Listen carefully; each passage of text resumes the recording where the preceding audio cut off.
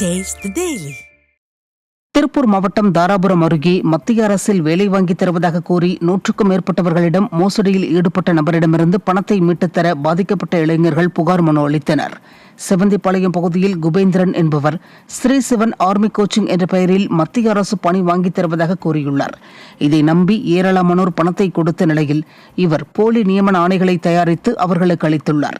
இந்நிலையில் பாதிக்கப்பட்ட இளைஞர்கள் தங்களது பணத்தை மீட்டுத் தர வலியுறுத்தி மாவட்ட ஆட்சியர் அலுவலகத்தில் புகார் மனு அளித்தனர். அரசு தொடக்கப் பள்ளிகளில் காலியாக உள்ள இடைநிலை ஆசிரியர் பணியிடங்களை உடனடியாக நிரப்ப வேண்டும் என்பன உள்ளிட்ட பல்வேறு கோரிக்கைகளை வலியுறுத்தி விருதுநகர் மாவட்ட ஆட்சியரிடம் தேர்வு எழுதியவர்கள் கோரிக்கை மனு அளித்தனர். விருதுநகர் ஆட்சியர் ஜெயசீலன் தலைமையில் மக்கள் குறைதீர் கூட்டம் நடைபெற்றது.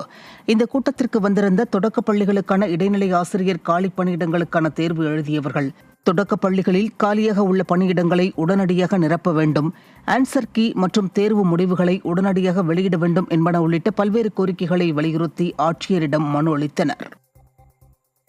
நியமன தேர்வுக்குன்னு இன்னொரு எக்ஸாம் வைப்போம் அப்படின்னாங்க.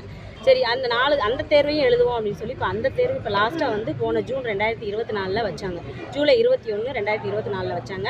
அந்த எக்ஸாம் 25,000 இடைநிலை ஆசிரியர்கள் வந்து எழுதியிருக்கோம். இப்போ எழுதி என்னென்னா அந்த இதுக்கு இன்னும் கீ கூட விடலை. 7 மாதம் ஆயிடுச்சு. 7 மாதம் ஆகி எந்தவித ப்ராசஸுமே பண்ணலை.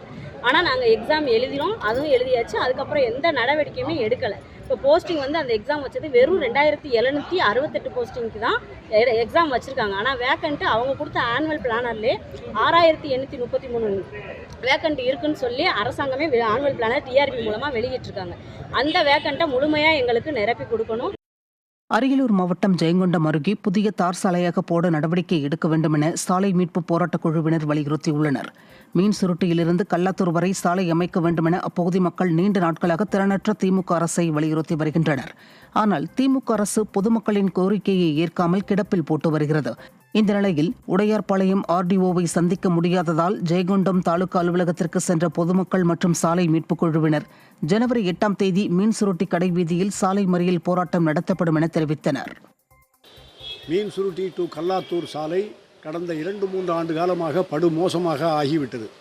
நடப்பதற்கே இயலாத சாலையாக மாறிவிட்டது. இதை சீர் செய்வதற்காக கடந்த 2 ஆண்டு காலமாக பல்வேறு போராட்டங்கள் நடத்தப்பட்டன. அந்த போராட்டங்களின் போது 2 முறை பேச்சுவார்த்தைகளும் நடைபெற்றது.